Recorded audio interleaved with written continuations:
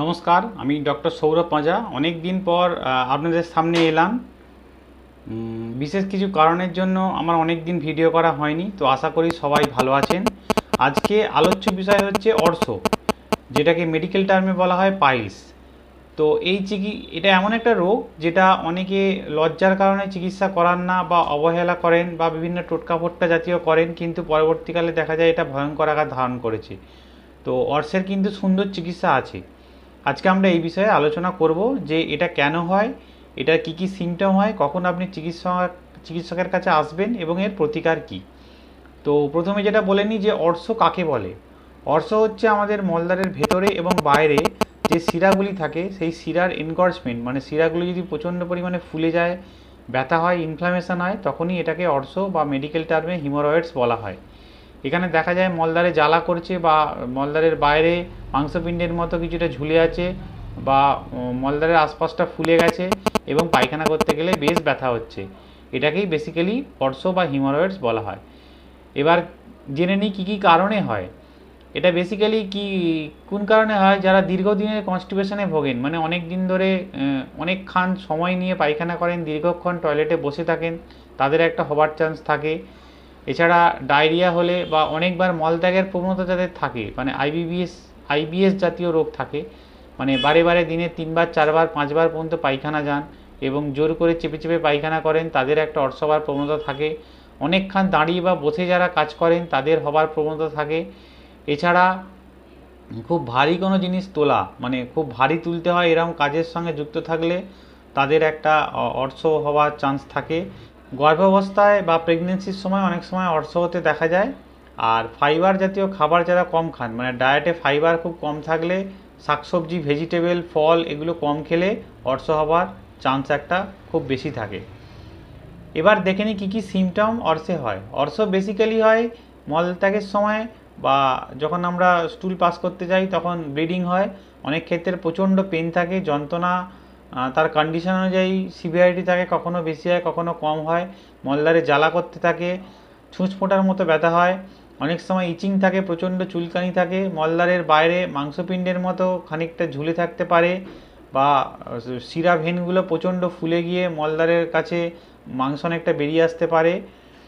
আর রেকটামের মধ্যে মনে হয় একটা কিছু আটকে আছে, একটা বল বা স্টিক থাকার মতো সেন্সেশন অনেক ক্ষেত্রে দেখা যায়। সারাদিন একটা কাজের অস্বস্তি থাকে।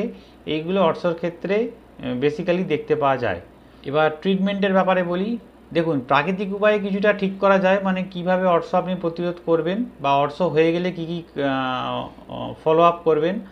অর্শর প্রবণতা দেখা দিলে আপনি বেশি করে জল খাবেন, প্রচুর পরিমাণে জল খেতে হবে। ফাইবার জাতীয় খাবার একটু বেশি খাবেন, ফাইবার মানে একটু শাকসবজি বেশি খাবেন, গ্রিন ভেজিটেবল খাবেন, ফলমূল খাবেন, এগুলো একটু খেতে হবে। ভাতের বদলে আপনি একটু ময়দা এগুলো বন্ধ করে একটু আটা আটা জাতীয় বা যেগুলোর মধ্যে ফাইবার জাতীয় বেশি আছে সেইগুলো একটু খাবার খাবেন। এছাড়া অনেকক্ষণ ধরে চেপে পায়খানা করবেন বা টয়লেটে বসে থাকবেন, এটা করবেন না। পায়খানা পেলে তবেই পায়খানা যাবেন, যাতে পুরোপুরি পায়খানাটা ক্লিয়ার হয়। যাদের কনস্টিপেশনের সমস্যা আছে তারা একটু ইসাবকুল বা ত্রিফলা জাতীয় খাবার একটু দীর্ঘদিন খেতে পারেন। এইগুলো ফলো আপ করতে পারেন। এইগুলো করলে মোটামুটি অর্শ থেকে প্রাকৃতিক উপায় অনেকটা, পায়খানাটা যদি নর্মাল হয়ে যায়, আপনার পেনটা কিন্তু সারতে অনেক তাড়াতাড়ি মানে সম্ভব হবে এবং কষ্ট অনেকটা কম হবে। আর রেগুলার কিছু হালকা ব্যায়ামও আপনারা করতে পারেন।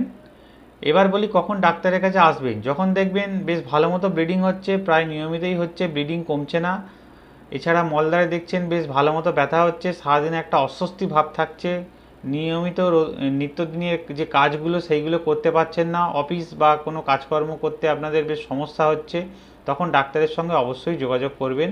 এটি লজ্জা পাওয়ার কিছু নেই, খুব সুন্দর একটা চিকিৎসা এই মানে রোগের আছে।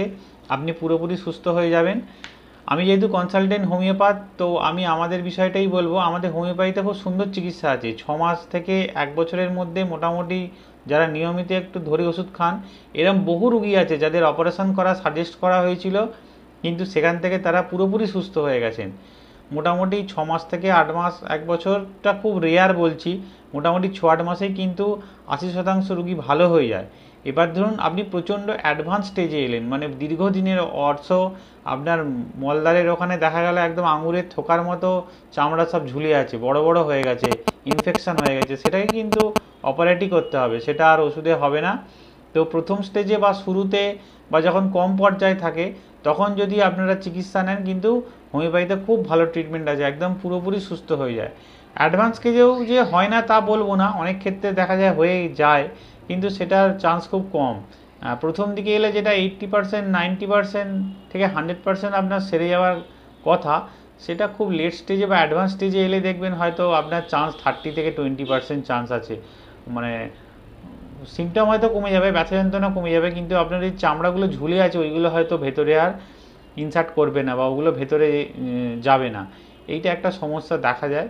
তো আমি বলবো আপনারা নিজের শরীরের যত্ন নিন, সবাই সুস্থ থাকুন, এবং অর্শ বা প্রথমেই যদি এরকম সমস্যা হয় আপনারা গাফিলতি করবেন না, অবশ্যই হোমিওপ্যাথির যে কোনো রেজিস্টার ডাক্তারের কাছে চিকিৎসা নিন, পুরোপুরি সুস্থ হয়ে যাবেন।